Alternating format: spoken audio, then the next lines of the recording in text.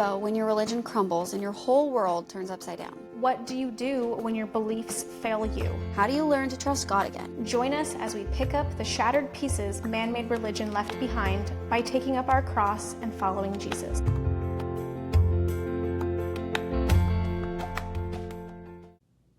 Hello, welcome back to the Born Again Bakers podcast. I am your host, Audrianna. Normally my co-host Hannah is with me, but I'm flying solo on this one.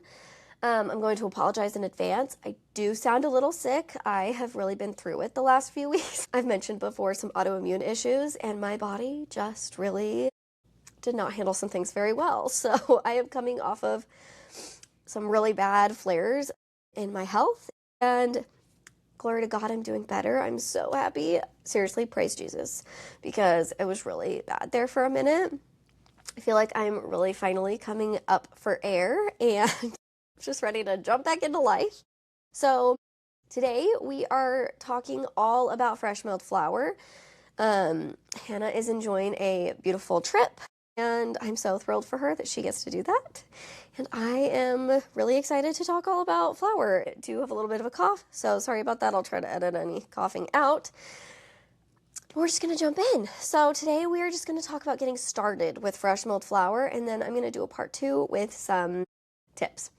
So very first, what is fresh milled flour? What am I even talking about? Why do we want to do it? Just a very brief overview, because we've done some episodes on it before, so I would encourage you to go back and watch those.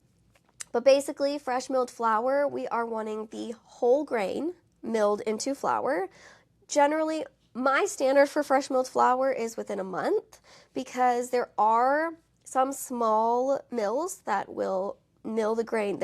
A lot of them are stone mills, and they'll send you and ship you the whole grain flour as, you know, it's milled and then it's sent to you within a day or two. I would consider that fresh milled flour. I think it's a really great option for a lot of people that maybe can't afford a mill or don't feel like they have the time, or they're just not quite ready to invest in that. I think that's a fantastic option, is getting really great quality stone milled whole grain flour from some fairly local companies that are milling on more of a small scale and not sifting the flour. That's the key, is not sifting the flour. So for most people though, when we're talking about fresh milled flour, we are talking about home milled flour. And when I say fresh, I mean I'm milling it and I'm using it within the day. Generally, I'm literally milling it into a bowl and I'm using it in the next few minutes. When we use it super quickly after we mill it, we are basically locking all of those nutrients and minerals into the bread product. Now, a lot of people will say a lot of this is baked out. They say this about sourdough. They say, well, all the good bacteria is actually baked out or killed in the baking process, basically. There are a lot of studies that would actually show that this is not true. There is some nutrient degradation when you bake it, but not all of it. You're actually maintaining it, and you're definitely maintaining more than you would in commercial flour, because it's not even there in the commercial flour. So this is something that we really should care about. And I can tell you from my own experience that my iron levels, like in my blood work, have risen significantly all by themselves just since eating exclusively fresh milled flour. My iron levels, I've talked about it before, but in my last pregnancy with my 5th baby, and I've gotten anemic, severely anemic with every single pregnancy. My last 2, I had home births, and I had to do iron infusions with both of them in order to qualify for the home birth. But with my last one, I had to do 10. So I did 8 before his birth, and then I had to do 2 more after to get me into a safer level. And it still barely moved. Like, it was within range, but barely within range. I have not been supplementing. My body doesn't tolerate supplements super well, and so I haven't been doing that. But my iron levels, without doing any supplementation, without like forcing iron-rich foods into my body, like I eat what I feel like I should eat, and I eat fresh milled flour, baked goods. Guys, my iron levels are so good. I just had blood work done and my doctor was so impressed because they looked amazing, and I really do credit that completely to the fresh milled flour. My blood sugar is often fairly unstable. My blood sugar is so beautifully stabilized by fresh milled flour.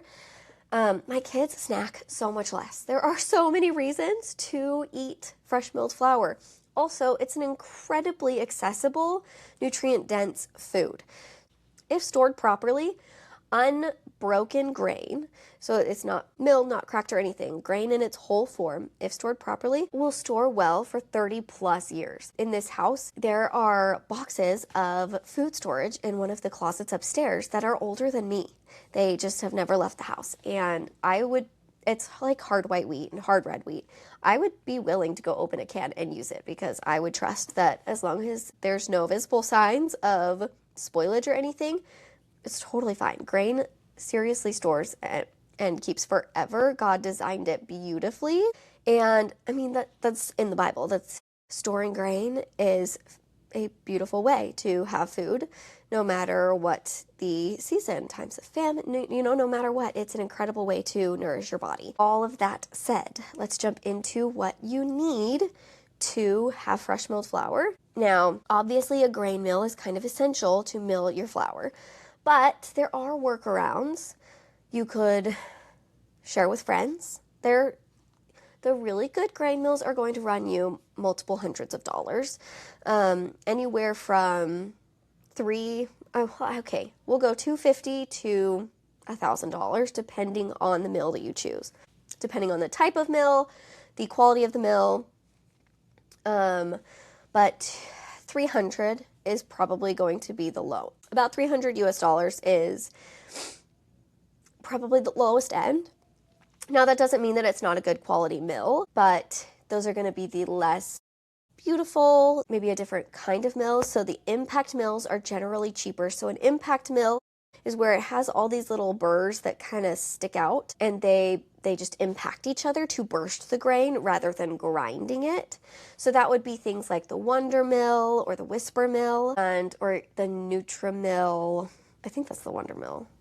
I could be wrong. But they're generally completely contained, so it'll have the mill and then it'll have like a bucket that attaches to it. You're not necessarily milling it into a bowl.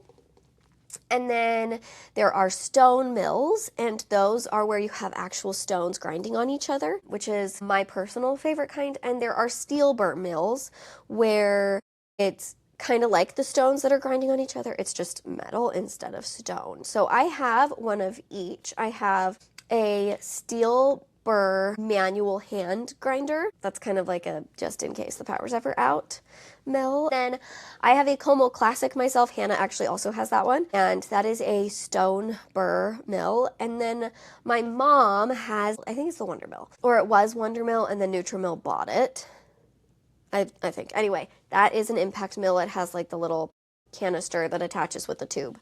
There are benefits to all of them. The impact ones are really, really fast. Incredibly fast, but they make a really, really high pitch noise that just is like nails on a chalkboard to me personally. So I'd rather have the deeper volume, like the deeper tone, louder, longer, but doesn't make me want to like rip my ears out of my head. So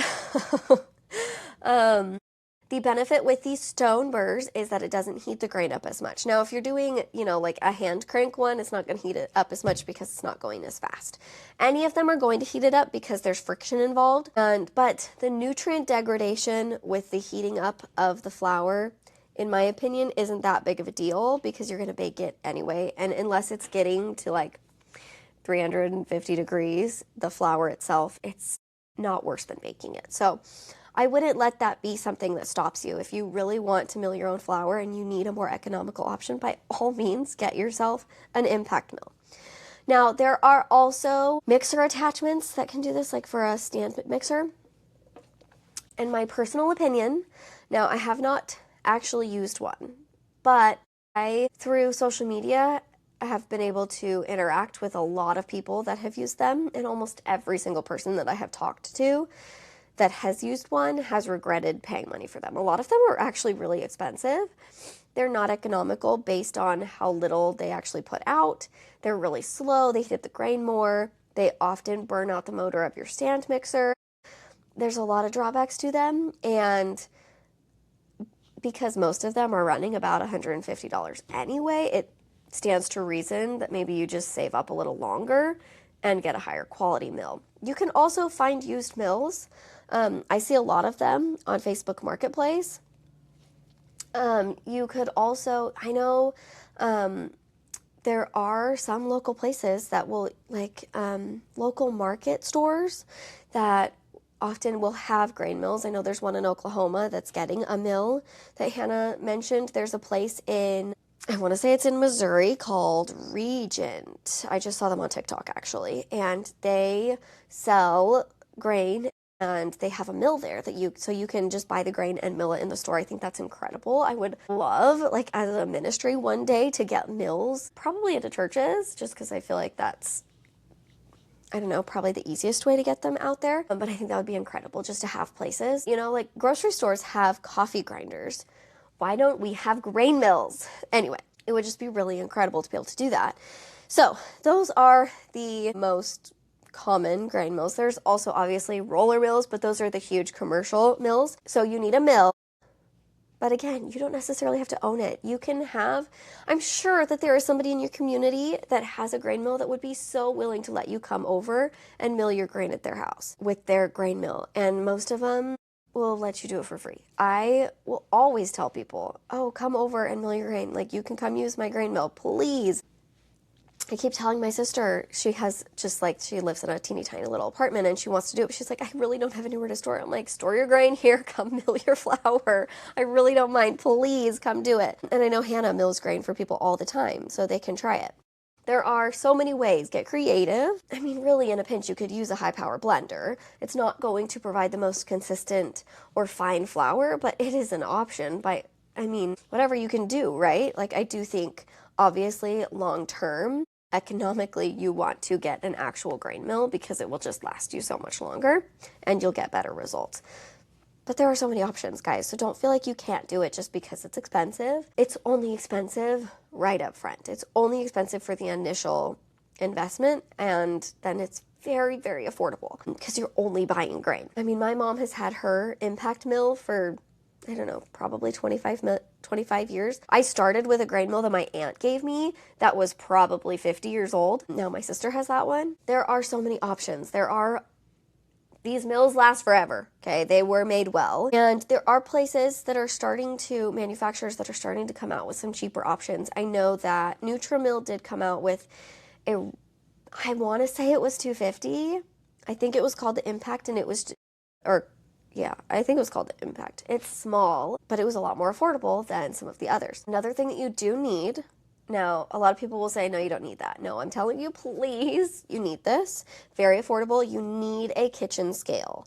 This will make your life so much easier. You will only have to measure one time. With grain, it can be really tricky because you can't just like use a 1 cup volume measurement, because you scoop 1 cup of grain, you put it in, you're going to end up with 1.5 cups of flour because it gets fluffy. And store-bought flour, or even just flour that's not freshly milled, is going to compact and the volume will change. So the weight is the most accurate, most consistent, most efficient way to measure your grain. Highly, highly, highly recommend that you get a scale. It's not hard. It actually creates less dishes. It's actually a huge game changer with your baking. It'll be a lot more consistent. And especially if you are kind of scaling your recipes up, if you're doing more than 1 or 2, a few tablespoons off for one batch, just a few tablespoons isn't going to make a difference. But, as you're scaling things up, that 1 or 2 tablespoon difference can add up to a lot. So, 1 extra tablespoon in each batch ends up being a few cups of flour if you're scaling pretty big. So it's really important actually to have that consistency, and it will help you kind of, if you're familiar with coffee, you kind of have to dial your beans in with espresso. And you kind of have to do the same thing with every batch of grain, because every bag of wheat that you get is going to behave a little bit differently, and each different variety is going to behave differently because they have different characteristics. So it's the same thing with wheat, and if you have a scale, it will help you dial it in a lot faster. Okay, another thing to have would be 5-gallon buckets, oxygen absorbers. That'll all help you. All of those things will help you store it. So the way that I store my grain, now keep in mind I live in a dry place, so I'm not dealing with, super humidity. I would do probably a little bit more research if I lived in a really humid place. Personally, I dump the grain from the bag into 5-gallon buckets. I throw in some oxygen absorbers and a few bay leaves. The bay leaves help prevent any eggs from hatching because the grain grows outside where there is food. There are bugs. Weevils really do love wheat, and it can be a problem. If your grain is not coming super clean, it can be an issue, but as long as you're storing it properly, it really shouldn't be a problem. It's not a common problem. I have gone through a lot of grain, and I have only had weevils one time. Now, again, this is going to depend on where you're getting your grain from, the quality of the grain, and how it's being stored. So you could also, if it does become a problem for you, you can put your grain in the freezer for a few days, at least 24 hours, and it will kill off all of the eggs so that nothing can hatch. These won't hurt you. It's not something you notice unless you actually have weevils. A mixer is obviously helpful, but not 100% necessary. You can absolutely make bread without a mixer. And I mean, a bowl, like basic bread tools is what you would need. But once you have the mill and you have a scale, you're pretty much good. There's not really anything else that you have to have that you wouldn't normally have in your house. All right, so we will talk about grains now. This can be a really in-depth topic. I feel like I could do an entire episode just about grain, and maybe I should do a separate episode about grain variety eventually. But the biggest question is, where do you get it? What are you milling in order to get the flour? So you are milling wheat seeds. Wheat berries is what they're normally going to be called. Technically, they're kernels, but that's what you're milling. You're milling the seeds that would grow into the big wheat stalks. And that is what you're getting your flour out of. So if you just Google hard white wheat berries near me, generally Google's pretty good at finding you a place that is local to you that can provide you with grain. Not every variety of grain is going to grow everywhere, but as far as sourcing, I live in Arizona.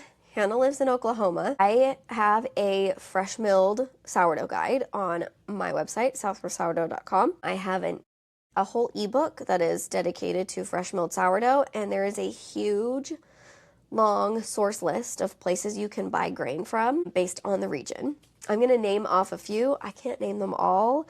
I will name what I've used and then a few that I know of. So Azure Standard across the country is going to be the most accessible. Azure Standard is kind of an online marketplace where you can buy almost anything on Azure Standard. And then it's kind of like a co-op. It's like a nationwide co-op. And so you place your order and then they it's not really drop shipping, but basically they load it all into a semi, and then there are drop-off locations, and everybody comes to these specific drop-off locations. Like there's one in my neighborhood, which is fantastic, and everybody just unloads all their stuff off pallets, basically. So you can order a lot of stuff in bulk. It's a really economical way to purchase your groceries, especially if you're looking for organic things. So if you're looking for the really clean, higher quality whole foods, Azure Standard is a really incredible resource. If you're more rural, you might have to go farther. There's a lot of drops near me, but that is especially, so I know a baker in Florida, and she doesn't have any mills or any farms near her, so she does use Azure Standard, and that's a great source for all kinds of long-term storage foods. So for me personally, Central Milling is a great source. Their shipping can be really expensive, but it is incredibly high quality grain. And then, so I'm in Arizona. There's a farm called BKW Farms. I love their grain. They have a lot of variety. The quality has been really good for me, and they also do delivery to me for free, which is a really big pro. I have also used Coruscant Mills. That one's out of Utah. Great quality grain. Grand Teton family, ancient grains, I think is what it's called. Maybe I can put these in a list, or I will link them in the description below. Grand Teton ancient grains, I think is what it's called. If you're looking for things like einkorn, that's a fantastic place to get them. Really good. Like I've interacted with the owners a fair amount, and they're really wonderful people. There's one called Oatman Farms in Arizona. That one is regenerative and organic. Like it's all certified, really, really high quality. And they have my very favorite grain variety, which is kind of hard to find. It's called White Sonora.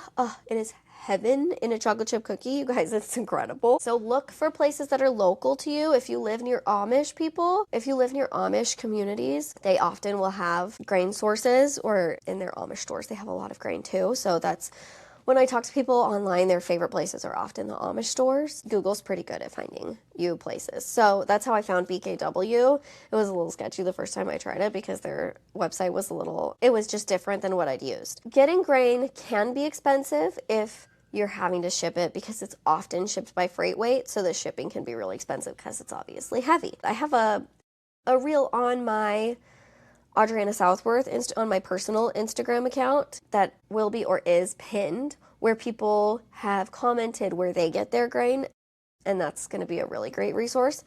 So you're just looking for wheat berries, and there are a lot of different varieties of wheat, which is where the next question is. Once you know where to get it, what kind are you getting?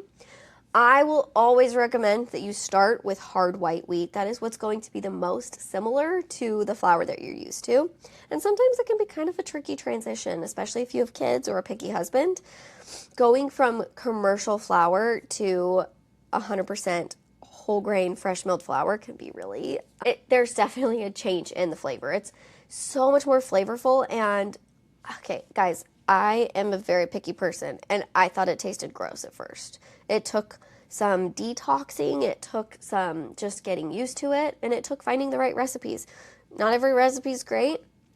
Hard red wheat is what most people will suggest because within like the baking qualities, most bread flour, commercial bread flour is coming from hard red wheat.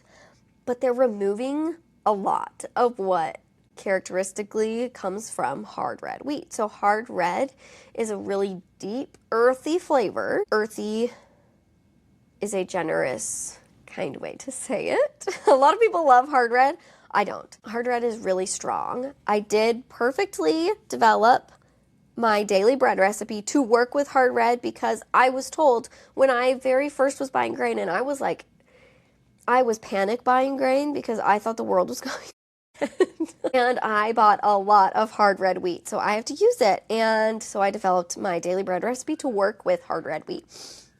And it's great. But I would suggest using hard white. It produces a much more mild bread, and it's a lot lighter in color, so people are less likely to notice. Another great one is soft white wheat. That's what you're going to use for more your cakes and cookies. White Sonora, I mentioned earlier, is an heirloom variety. And it is incredible. It's harder to find. It's a little bit more expensive, a lot more expensive in some cases.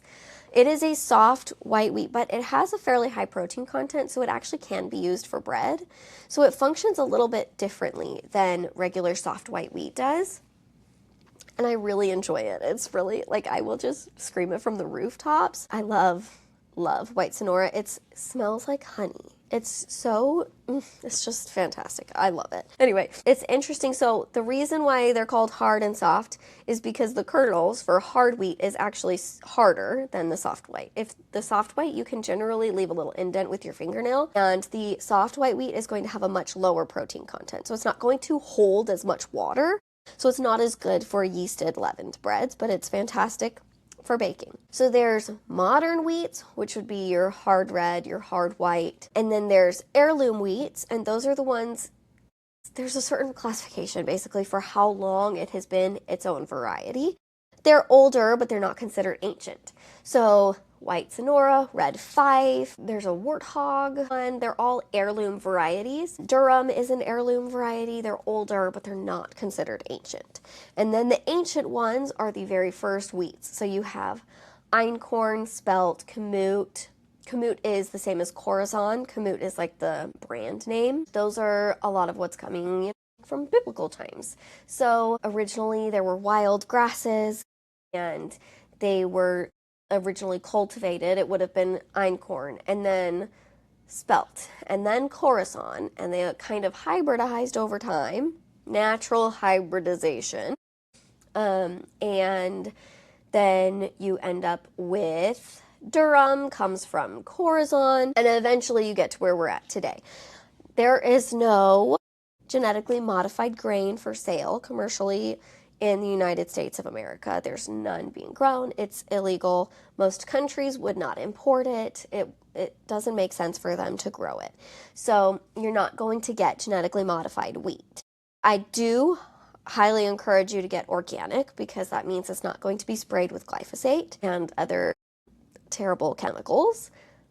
But you don't need to worry about getting genetically modified wheat. That's not really an issue. So I don't find that there's evidence for why, or that there's sufficient evidence to stay away from the modern wheat. In fact, there's just as much gluten, if not more gluten, in the ancient grains. They actually just have lower quality gluten. And if you have the whole grain, I'm a very sensitive person and I have some very sensitive tummies in my house as far as gluten goes. I have not reacted poorly to fresh milled flour and my children have not either. So, and that's using modern hard white wheat or ancient grains, there's no difference. So the difference really lies in the outcome of your bread. I think that people that are die-hard einkorn or die-hard kamut people, they aren't generally looking at all of the research and they're not generally using fresh milled flour. So they're often going from commercial bread flour to store-bought einkorn, or they're going from commercial flour and they read that the ancient grains are the only way to go. And so then they go straight to fresh milling their ancient grains and they don't ever meet in the middle. And so they think, oh yeah, that's why I can eat this. No, it's probably just because of fresh milled whole grain flour. I personally, I get myself into a lot of trouble with some people online because I think it's ridiculous to claim that these few grains are the only ones that we should be eating. They are so expensive. They are harder to grow.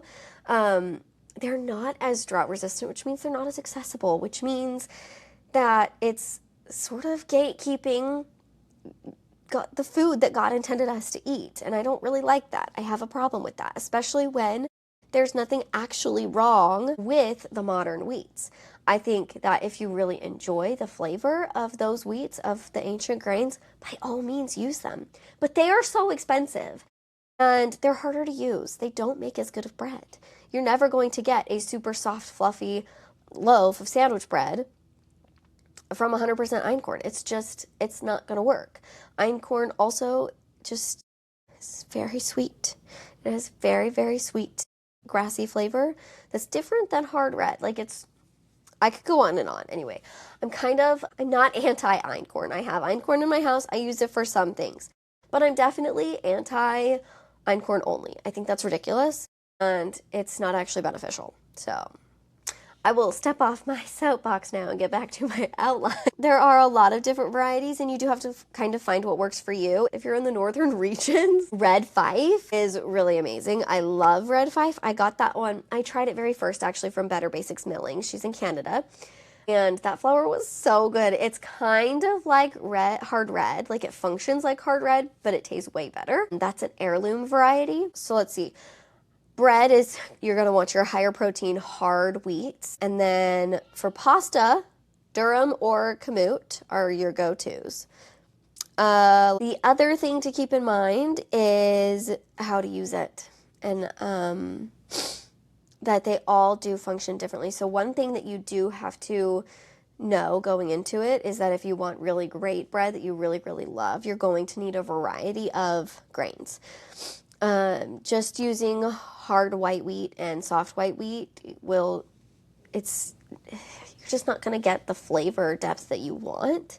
So one of the things that really, really, truly improved my fresh milled baking was getting a variety of grains. So I have a lot of them, and having more than one grain variety in your bread makes it genuinely so much better. So we covered the tools you're going to need, how to store it, the different variety. We did a brief overview of varieties. We talked about where to get your grain. I think one of the only remaining things is how to store it once it's milled.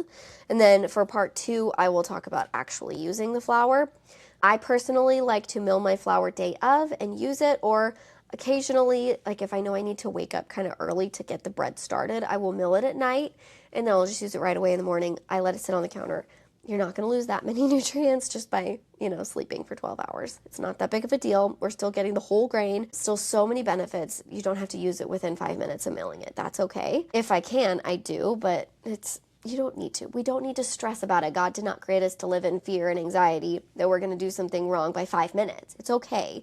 God gave us grace and time. He says, do not be fearful. So we're not going to be fearful. We're not going to stress about it. We are just going to do our very best with what we can. So what I do though, for convenience sake, probably once a month, maybe every 2 weeks, depending on how much I'm baking, I'll mill up about 1,000 grams of hard white wheat, and I keep that in a bag in my freezer for feeding my starter, or if I ever just need a little bit more flour in something, and that's just like my convenience bag of flour. Some people do believe in tempering their flour. They believe that this is more like a high-level baking tip, but if you do leave it out for a little bit, sometimes you can get different qualities to your baked goods. So if you're looking for a really open crumb, if you leave it out on the counter for a few days, you actually losing some of those vitamins and kind of tempering the grain can actually maybe be a little bit beneficial if you're just looking for very specific qualities in your baked goods. Now, obviously, if you're leaving it out, you are going to lose some nutrients to That's okay, obviously. God did not create us to live in fear. It's okay. We're going to do the best with what we have. That is something I didn't talk about, is the oxidization. So much like an avocado turns brown once you cut it open, or an apple starts to turn brown, your flour will also oxidize. And so it can change color. So there will be some yellowing. If you have a sourdough starter, the top it'll start to darken, will often form, I live in a really dry place, so it will form a skin. If you live in a really humid place, it will basically just get hoot. But the outer layers of whatever you're using will change in color a little bit. That's okay, it's not mold. Fresh milled flour hooch from, on your sourdough starter, that liquid that it puts off, can often look a little blue, which can be really interesting, but that is just oxidization. Is it oxidization or oxidation? I think it's oxidation. It's really late. I need to go to bed. But yes, the color will change, and that's okay. Don't worry about it. You'll know if it is rancid, and the rate at which it will go rancid it's not like a week or two is going to make it rancid. If you're storing it improperly, that can make it go rancid a little faster, but you have at least a month. I've actually not had flour go bad, and I'm a pretty loosey-goosey, typey, forgetful person. So if I haven't experienced rancid flour, you probably won't either. There's definitely a learning curve, but I don't want anybody to get discouraged. I don't want you to feel stressed, like you have to do this perfectly. It's okay. It's really, really forgiving. There are so many ways to do it right, and not that many ways to do it wrong. So don't stress about it. Grain mills are kind of hard to come by right now. They're just out of stock everywhere because there's amazingly, by God's grace, there's a huge influx of people wanting to mill their own flour, and that is incredible. But all the manufacturing places and creators and sellers of grain mills are a little bit behind because it wasn't in huge demand until very recently. So I am thrilled that you are looking into milling your own flour. I am obsessed with it. It has been such a huge game changer in my life. Truly love it. Die on the hill that everybody needs to do it, that every house needs fresh milled flour in it. Don't be stressed because it's not a monster. It's not going to hurt you. It's such a blessing. And you can do gluten-free fresh milled flour, you guys. If you're celiac, you can absolutely still jump on the fresh milled flour train. When you're making bread with gluten-free flours, there are definitely some different components. So maybe I'll talk about that a little bit in the next episode. But you can totally do fresh milled flour with gluten-free grains. I did it, actually. I know some other people on social media that do it. So don't feel like you're excluded from the fresh milled flour game just because you can't have wheat or gluten. You absolutely can, and that is thrilling. So very excited for all of you, and I will be back next week to give you all the tips and useful, actually starting tips for fresh milling your flour. All right, I hope that you enjoyed this. If you have any questions, please feel free to reach out. You can email us at bornagainbakers.com. You can leave it in the comments. You can reach out to us on Instagram, TikTok, YouTube, all the different platforms. We would love to hear from you and answer any questions. I will probably do a Q&A on Instagram to get some questions for the next episode. So I hope that that was helpful and enjoyable, and I will see you next week. We hope that you will grab your Bible, read it, and taste and see that the Lord is good. Bye.